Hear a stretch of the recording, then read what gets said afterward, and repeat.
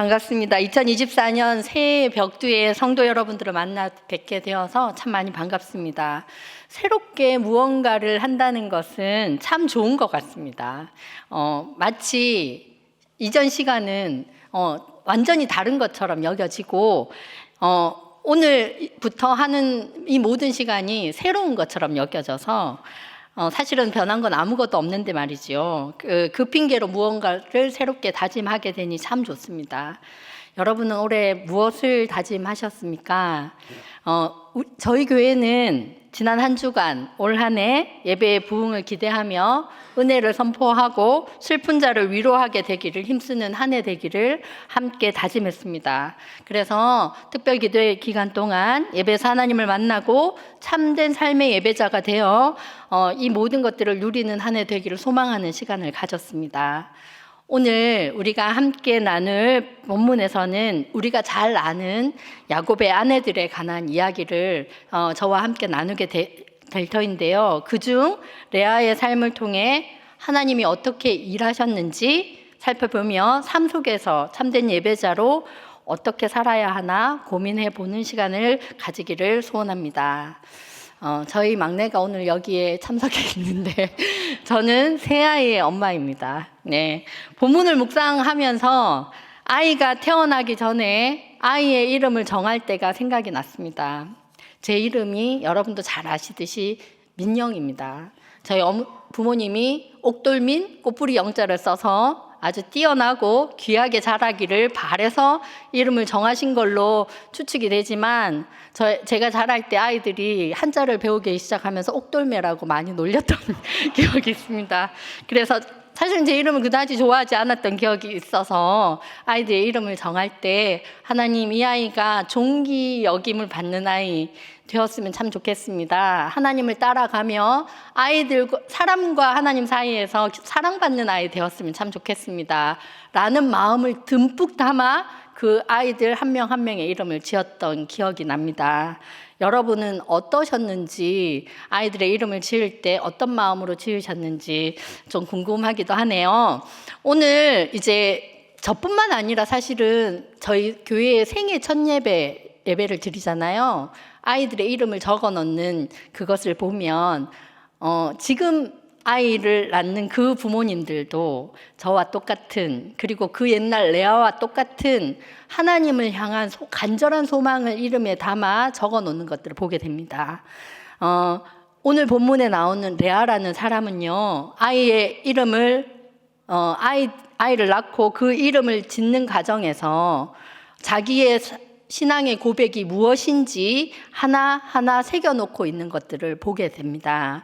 그래서 말씀 속에서 레아가 무엇을 하나님께 갈망했는지, 그리고 그것을 하나님은 어떻게 응답하셨는지 우리가 하나하나 살펴보도록 하겠습니다. 레아가 누구인지 먼저 알아야겠죠. 여러분들 레아가 누구인지 중등부 아이들은 다 알고 계십니까? 레아는 야곱의 아내입니다. 레아는 라반이라는 사람의 첫째 딸로 야곱의 첫째 아내입니다. 원래 야곱은 레아의 동생 라헬이라는 사람을 너무너무 사랑했습니다. 그래서 그 아버지 라반의 뜻에 따라 7년간 아내를 라헬을 얻기 위해서 열심히 일을 했습니다. 그런데 세상에 레아의 아버지 라반은 동생을 먼저 시집 보내는 경우가 우리 집안에선 없다라고 하면서 첫날 밤에 라헬이 아니라 레아를 야곱과 동침시켰습니다. 이런 일이 있을 수 있습니까? 요즘 같은 말도 안 되겠죠. 하지만 그 시대에는 전기가 없었던 시대입니다. 네, 신랑 몰래 이런 일들이 벌어졌는데요. 당시 유대 관습으로는 결혼 전에 첫 동침을 할 때 상대의 얼굴을 볼 수 없는 그런 관습이 있었다고 합니다. 그리고 전기도 없었기 때문에 깜깜한 밤에 둘이 첫날 밤을 보내게 되었는데, 다음날 아침에 일어나 보니 자기가 사랑하는 라헬이 아니라 그 언니 레아였던 것을 알 수 있습니다. 얼마나 야곱이 불같이 화를 냈는지 상상이 가시죠? 네. 이 일을 사실은 처음부터 알고 있었던 사람이 있습니다. 야곱은 몰라서 그런 일이 벌어졌다고 하지만 레아는 처음부터 아버지한테 이 일을 들었을 거고요. 그 일에 처음부터 자기가 관여된 사람이었습니다. 어떤 마음으로 그 자리에 들었을까요? 속이면서 결혼해도 야곱의 아내가 된다고 마냥 기쁘기만 했을까요? 아침이 되는 야곱을 상상했겠죠. 그렇죠? 화를 내는 야곱을 상상하면서 얼마나 무서웠을까라는 생각을 해보게 됩니다. 아버지와 집안의 풍습에 따라 레아는 그 집안 자리에 순종함으로 들었을 겁니다. 아니나 다를까 아침에 이 일을 알고 당황한 야곱은 불같이 화를 내었고요. 그리고 라반에게 따지듯이 물었습니다.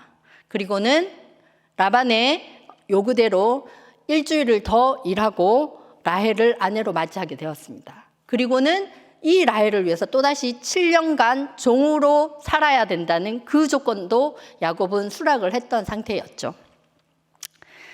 그런 야곱의 온전한 아내로 레아는 얼마나 지낸지 알고 계십니까? 고작 일주일을 지냈습니다. 우리가 드라마의 한 제목 같은 7일간의 신부가 된 셈입니다. 성경에는 레아보다 라헬을 더 사랑하여라고 분명히 밝히고 있습니다. 7년 동안 외삼촌 라반의 집에서 남은 기간을 종으로 채우는 동안 야곱은 오로지 라헬만 사랑했다라고 성경이 말하고 있습니다. 이 상황에서 정말 레아는 어떤 마음이었을까요? 외모적으로 뛰어났다라고 분명히 성경에서도 얘기하고 있고, 자기가 먼저 결혼했음에도 불구하고 속아서 결혼했다고 자기를 외면하는 남편과 함께 살고 있습니다. 외면할 뿐만 아니라 없는 사람 취급하며 그리고 무시하는 동생과 함께 그 자리를 버텨내야 하는 상황이었습니다. 가장 가까워야 할 가족이 가장 힘들게 하는 그런 상황이 벌어지고 만 거죠. 레아의 상황이 어떤 것인지 여러분들 잘 이해가 되시죠? 부부가 되어 살아보다 보니, 결혼을 해서 살아보다 보니 힘들고 어려운 일이, 태산 같은 일이 생겨도 배우자가 나를 믿어주고 그리고 힘을 실어주면 그 태산 같은 일이 사실은 쉽게 넘어갈 만한 둔덕같이 느껴질 때가 있습니다. 결혼을 안 해서 중등부는 모르겠지만 네, 어른들은 다 알고 있답니다. 사실은 반대로요, 배우자의 관계가 어려워지고 마음이 불편하다 보니 과속 방지턱 같은 그 작은 어려움도 큰 산과 절벽이 되어서 나를 무너지게 하는 경험 다들 있으시지요? 네, 이렇듯 배우자는 특별하고 중요한 존재인 것 같습니다. 그런 가정으로 이제 레아가 시작을 하는데, 레아의 삶은 그래서 처음부터 녹록지 않았습니다. 알고 걷는 길이지만 생각보다 힘든 길에는 분명해 보입니다. 오늘 이런 레아의 형편을 기억하고 우리에게 주는 교훈을 살펴보도록 하겠습니다. 제일 먼저, 우리의 부족함은 하나님이 일하시는 계기가 됩니다. 오늘 본문 31절 말씀입니다. 다 같이 한번 읽어보도록 하겠습니다. 시작.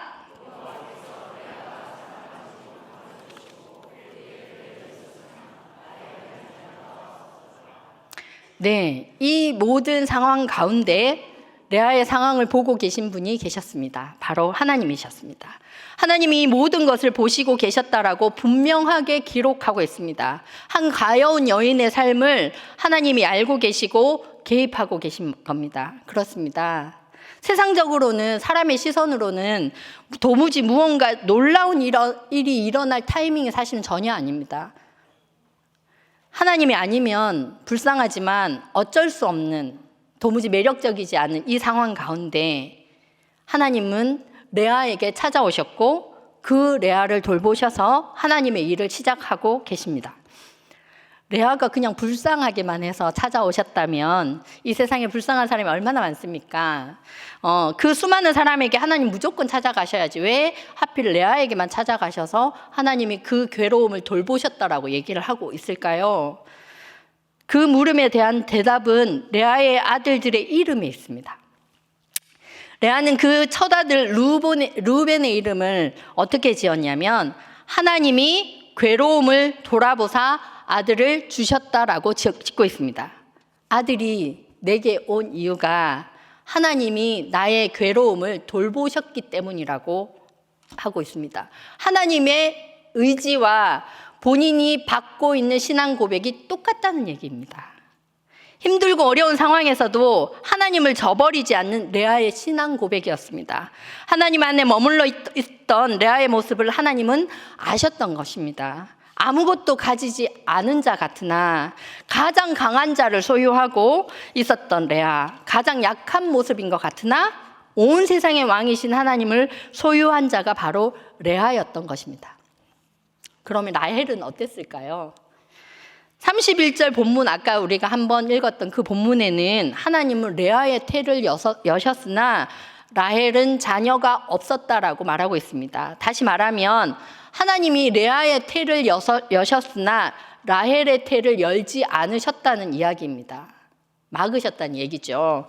네, 왜 하나님은 라헬에게는 그것을 허락하지 않으셨을까요? 라헬의 삶을 조금 살펴볼 필요가 있을 것 같습니다. 라헬은 남편 야곱의 사랑을 독차지한 사람이었습니다. 일평생 야곱의 사랑을 받았을 뿐만 아니라 나중에 하나님 앞에 꺾여서 하나님 앞에 나아갔을 때 하나님이 선물로 주신 두 아들조차도 아버지 야곱에게 특별한 사랑을 받을 정도로 특별한 존재로 야곱에게 인정을 받았던 사람입니다. 가진 것이 전혀 부족하지 않았던 라헬. 그러나 세상의 모든 것을 다 가진 것처럼 보이는 라헬에게는 처음에는 하나님이 계시지 않았습니다. 창세기 31장 17절에서 20절을 한번 읽어보도록 하겠습니다. 교독으로 읽을 텐데요. 17절을 먼저 읽어주시기 바랍니다. 시작. 그 모은 바 모든 가축과 모든 소유물 곧 그가 밧단 아람에서 모은 가축을 이끌고 가나안 땅에 있는 그의 아버지 이삭에게로 가려 할새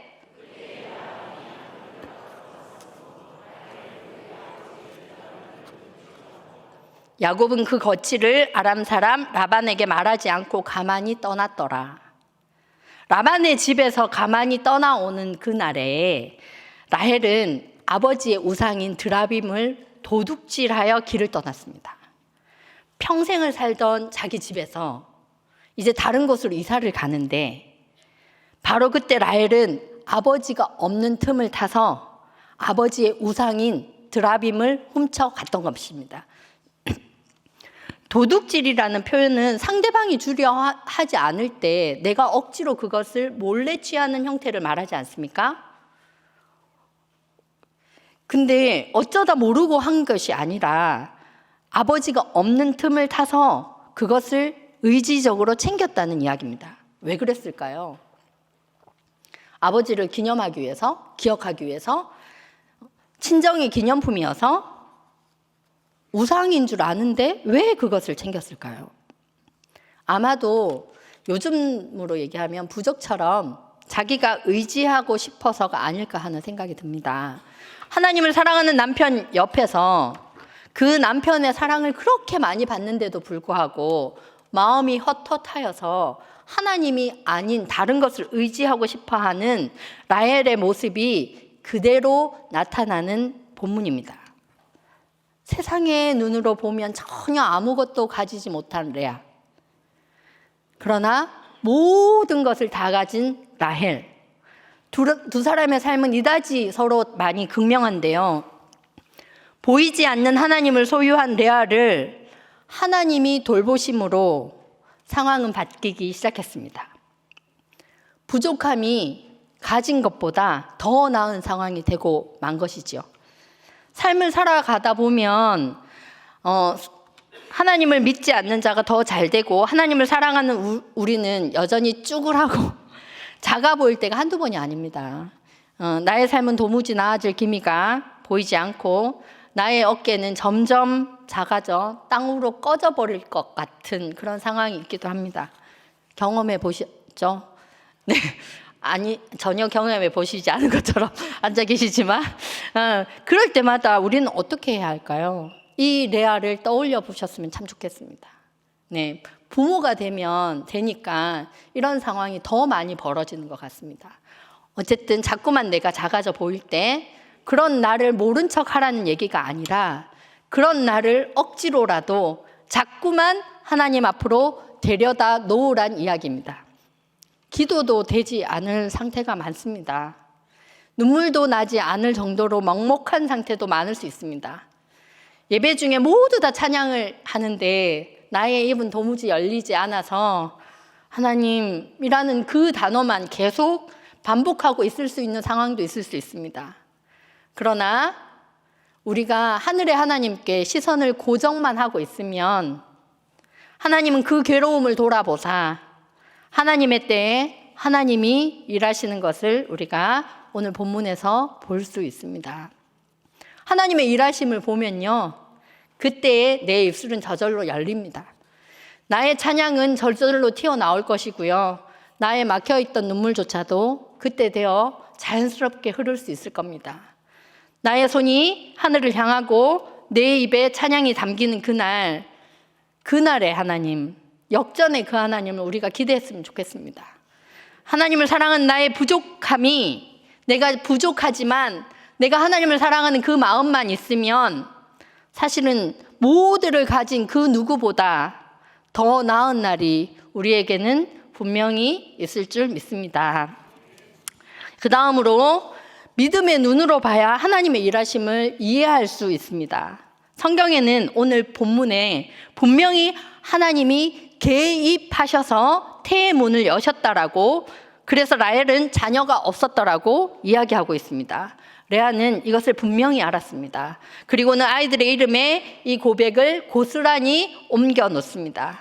남편의 사랑을 받지는 못하였지만 하나님의 돌보심을 받는다는 고백이 아이들의 이름에 오롯이 녹여 있습니다. 자신의 우쭐함을 드러내는 것이 아니라 하나님의 일하심을 온전히 고백하는 그 상태로 말이죠. 하지만 라헬은 그렇지 못했습니다. 라헬의 모습은 믿음의 가정 안에 있지만 하나님을 알지 못하는 그 모습 그대로 있었습니다. 태의 문이 하나님의 손에 들려 있음을 들어서는 알고 있지만 자기의 머리로, 자기의 신앙으로 고백되지 않는 상태였습니다. 상황이 본인 마음대로 되지 않자 라헬이 어떻게 했는지 아십니까? 남편을 찾아갔고 나에게 아들을 낳게 하라. 그렇지 않으면 내가 죽을 것 같다. 죽을 거야. 이렇게라고 막 협박하고 있습니다. 어찌 이 고백이 하나님을 사랑하는 자의 고백이겠습니까? 그렇죠? 같은 어려움을 가지고 있지만 하늘의 하나님을 향하여 얼굴을 들고 있는 레아와 또 자기의 어려움을 가지고 있지만 그 어려움 속에 들어있어서 상대방을 비난하고 있는 라헬의 모습을 대조하면서 우리가 어떤 모습을 따라야 하는지 고민하는 그런 시간들이 되었으면 좋겠습니다. 하나님이 태의 문을 열지 않으셨을 때 다르게 행동한 또 한 사람을 우리는 너무나 잘 알고 있습니다. 바로 사무엘의 어머니 한나였습니다. 그 문제가 자기 안에서 해결되지 않자 한나는 하나님께 그 문제를 가지고 갔습니다. 그리고 난 후 하나님은 그녀의 기도를 들으셔서 사무엘을 허락하신 이야기는 우리가 참 잘 알고 있는 이야기입니다. 그러면 여기서 질문이 있습니다. 기도를 하면 하나님이 태의 문을 여신다는 것 무조건 여실까요? 사실 저도 우리 아이들을 낳기 전에 임신이 되지 않아서 엄청 기도했던 적이 있습니다. 태의 문을 여실 수도 있지만 여시지 않을 수도 있습니다. 그것은 하나님의 의지입니다. 그렇죠? 여신다는 그 자체를 얘기하는 것이 아닙니다. 그렇다면 왜 기도해야, 이 기도하는 유익이 과연 무엇이 있을까? 여기서 한번 살펴보았으면 좋겠습니다. 내 문제를 하나님 앞에 가져가면요, 그 문제가 더 이상 이제는 내 문제가 아니라 하나님의 문제가 되는 것입니다. 사실은 이 말씀은 몇 주 전에 담임 목사님의 설교 중에 나온 이야기입니다. 네, 내 문제를 내가 해결할 수 없다고 그 크신 분께 하나님께 이야기를 하잖아요. 그러면 이제는 그 문제는 누구 문제가 되겠습니까? 하나님의 문제가 됩니다. 2019년에 제가 처음 그 복생 예배당에 와서 영유아부를 처음 맡았던 날이 생각이 납니다. 그때 그 영유아부실을 막 리모델링 해가지고 예배드리는 첫날이었던 걸로 기억을 하는데 아이들이 엄청 많이 있더라고요. 다른 예배당에서 와보니까. 근데 그날 제가 첫 예배를 드리는 그날 너무너무 힘들었습니다. 왜냐하면 저희 영야부실에 가면 창문이 하나도 없습니다. 아이들이 50여 명, 부모님이 한 70명, 선생님이 한 20명 해서 거의 150명이 앉아 있는데 단 한 개의 창문이 없어서 저희 아이들이 옷을 벗기 시작하더라고요. 꼬맹이들이 옷을 벗으니 저는 처음에 그냥 재밌어서 하는가 보다라고 생각을 했었습니다. 그런데 애가 점점 옷을 벗고 막 정신을 못 차리니까 부모님이 이 아이를 데리고 예배 중에 집으로 가버렸습니다. 그 이유는 환기가 안 되어서 벌어진 일입니다. 깜짝 놀랐습니다. 아, 이런 일이 벌어질 수 있구나. 그래서 그 이야기를 선생님이 저한테 가지고 왔습니다. 그럼 이제 그 문제는 누구의 문제가 됩니까? 저의 문제가 됩니다. 저는 그 문제를 누구한테 가져갔냐면 교육자 회의에 가져갔습니다. 그래서 이제 저의 문제가 아니라 교육자 전체의 문제가 됐고요. 그 이야기가 당회에 올라가서 장로님들의 문제가 됐습니다. 제가 해결할 수 없으니 저는 자꾸 얘기를 하는 겁니다. 그러니 결국은 담임 목사님의 문제가 되어서 저희 영야부실 천장에 16개의 송풍 구멍이 뚫리기 시작했습니다. 우리가 해결할 수 없는 문제는 우리만 가지고 있을 게 아니고요. 누구한테 가야 하냐면 이 길을 해결할 수 있는 그분께 가져가야 합니다. 그러면 창문을 열어달라는 식으로 저는 말씀을 드렸거든요. 장에 한 기퉁이를 떼어서 창문을 열어주십시오 라고 했으나 저의 그 의견은 거절당했고 오히려 더 나은 방법인 천장에 16개의 구멍을 뚫은 겁니다. 거절당할 수 있습니다. 그렇죠? 거절당할 수 있고 기다려라 하실 수도 있습니다. 그리고 내가 생각하지 않은 다른 방법으로 응답받을 수 있습니다. 태의 문제를 가지고 라헬이 하나님 앞에 가지고 기도했다면 과연 어떤 일이 벌어졌을까요? 저는 그게 너무너무 궁금한데요. 우리 이 부분에 있어서 라헬이 기도했다면 하나님은요, 그 마음을 아시고 그 모든 상황을 받아들일 만한 믿음을 주셨을 거라고 생각합니다. 우리가 어려운 일이 생길 때 가만히 머물러 있는 것이 중요한 게 아니라 참고 인내하는 것만이 중요한 게 아니고 다른 방법으로 애쓰고 힘쓰는 것이 중요한 게 아니라 나의 모든 것을 아시는 그 하나님께 그 문제를 가지고 가는 것이 가장 중요한 것입니다. 그래서 레아처럼 하나님 앞에 하나님, 제가 사랑받지 못하는 여인입니다 라고, 내가 괴롭습니다 라고 가지고 가는 것과 하나님 모르겠습니다, 남편 이 일을 해결해 주십시오, 엉뚱한 곳에 가지고 가는 것은 완전히 다른 문제입니다. 그렇죠? 그래서 우리의 문제를 하나님 앞에 가져갑시다. 그래서 그 문제가 더 이상 내 문제가 아니라 하나님의 문제가 되게 합시다. 그래서 하나님이 하시는 일을 볼 수 있는 그 믿음의 눈들이 내 안에 있었으면 참 좋겠습니다. 그러면 우리의 상황을 뛰어넘을 그 하나님께서 믿음의 눈으로 이 모든 것들을 인내하며 기다릴 수 있는 그 마음을 주실 겁니다. 평안과 지혜를 선물로 받을 거라는 이야기죠. 네. 마지막으로 레아의 삶은 참 놀라운 삶이었습니다. 마지막으로 제가 말씀드리고 싶은 건 뭐냐면 눈앞에 그 일이 바로 이루어지지 않아도 결국 그분은 일하신다는 이야기입니다. 레아의 아들이 총 몇 명인지 혹시 제가 적어놨는데요. 레아의 아들은 세보십시오. 몇 명입니까? 6명입니다. 라헬의 아들은 요셉과 베냐민 몇 명입니까? 2명입니다. 레아의 종인 실바를 통한 아들은 2명이고요. 라헬의 종인 비라를 통한 아들도 단과 납달리 2명입니다. 종인 아들을 빼서라도 12명 중에 아들이 몇 명입니까? 6명입니다. 하나님은요, 성경에 자녀를 주시는 것들을 하나님의 특별한 복으로 말씀하고 있습니다. 12명의 아들 중에 반 이상이 레아의 자손이었던 것입니다. 얼마나 사실은 복을 많이 받았는지 이해하시죠? 근데 만약에 레아가 계속적으로 남편의 사랑을 못 받은 것만 속상해하고 있었다면 이 복을 누릴 수 있었을까요? 하나님께서 우리에게 주신 복을 생각하지 못하고 받지 못한 것만 손꼽아 있었다면 레아의 삶은 우리가 성경에서 아는 그 삶과 완전히 다른 삶으로 펼쳐질 것입니다. 네, 레아의 아들들 아까 제가 6명 적어 놓은 것 중에 유다 자손 아시죠? 유다 자손 중에 다윗이 있었습니다. 맞죠? 이스라엘의 왕이 났습니다. 솔로몬도 있었습니다. 그리고 그 무엇보다 예수 그리스도께서 유다의 자손으로 오셨습니다. 레아의 혈통입니다. 맞습니까? 눈에 보이지 않는 그것이 아무것도 없을 때 같아도 하나님은 사실은 더 큰 것을 준비하고 계셨습니다. 요한계시록 21장을 한번 살펴보도록 하겠습니다. 10절부터 먼저 읽어주세요. 시작.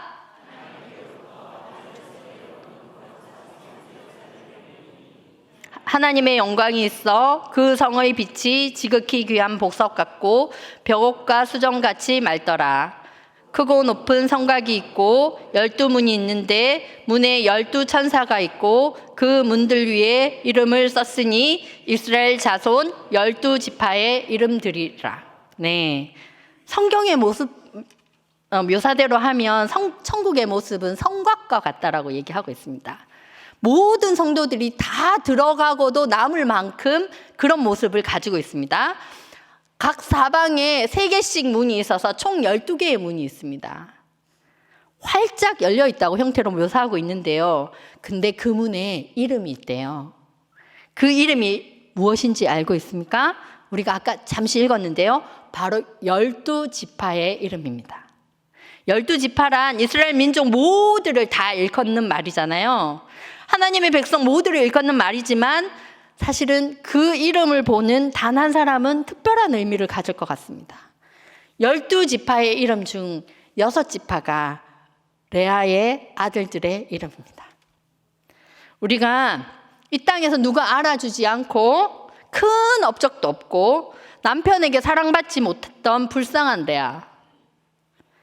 하나님이 그런데 그녀의 괴로움을 돌보시사 아들을 주셨는데 그 아들들의 이름이 온 민족을 대표하고 온 믿는 사람들을 대표하는 그런 이름들이 되었습니다. 이 땅에 살 동안 레아는 이것을 알고 있었을까요?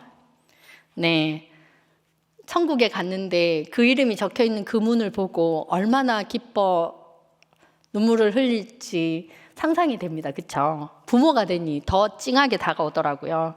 자신의 후손이 왕이 되고 자신의 후손으로 그리스도가 이 땅 가운데 오셨다는 사실을 천국에서 접했을 때 레아는 정말 너무너무 기뻐했을 거라고 생각이 듭니다.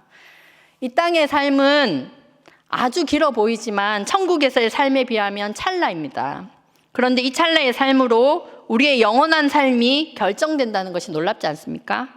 이 땅에서 하나님을 향하여 사는 그 삶이 그 시선 하나를 하나님께서 귀히 여기셔가지고 그 민족의 어미가 되게 하셨다는 그 사실, 그 하나님께서 우리에게 요구하시는 거 큰 게 아니고요. 하나님을 바라보는 그 시선인 것 같습니다. 라헬도 결국에는 하나님 앞에 꺾여서 하나님 앞에 이 문제를 가지고 나갔습니다. 창세기 30장 22절에 이렇게 나와 있습니다. 다 같이 읽겠습니다. 시작.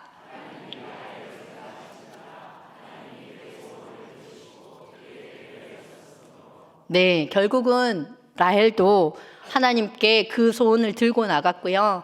하나님은 그때 태의 문을 여셨습니다. 그래서 역시 민족의 어머니로 라헬의 이름도 올라와 있습니다. 사실은 이 모든 아들들의 약속은 레아와 라헬을 위한 것들은 아니었습니다. 하나님이 아브라함에게 큰 민족을 이루겠다 약속하셨고 그 아브라함의 자손인 이삭과 야곱을 통하여 민족을 이룰 만한 기초를 쌓는 것을 하나님께서 하셨습니다. 그런데 어떤 아내를 통해 이 일을 행하실 것은 우리가 살펴봐야 하는 것입니다. 하나님께 시선을 고정한 그 사람에게 그때에 하나님은 하나님의 일을 하시는 것입니다. 네, 하나님께 시선을 고정한 레아, 세상의 조건보다 하나님의 조건을 충족시킨 레아, 그 누구보다 하나님의 일하심을 기대하는 레아. 우리의 삶도 이랬으면 참 좋겠습니다. 내가 잘 나갈 때도, 내가 작아 보일 때도, 어떠한 상황 속에서도 하나님께 나의 시선을 고정하고 있으면 나의 말도 안 되는 상황 가운데 그때도 일하시는 그 하나님을 만날 수 있으리라 확신합니다. 내가 만족하는 상태가 아니라 하나님이 일하시는 그때 하나님의 마음에 합한 자 되어서 마음껏 하나님께 쓰임받는 우리 모두가 되었으면 좋겠습니다. 시편 기자의 고백으로 말씀을 마무리하겠습니다. 다 같이 읽겠습니다. 시작.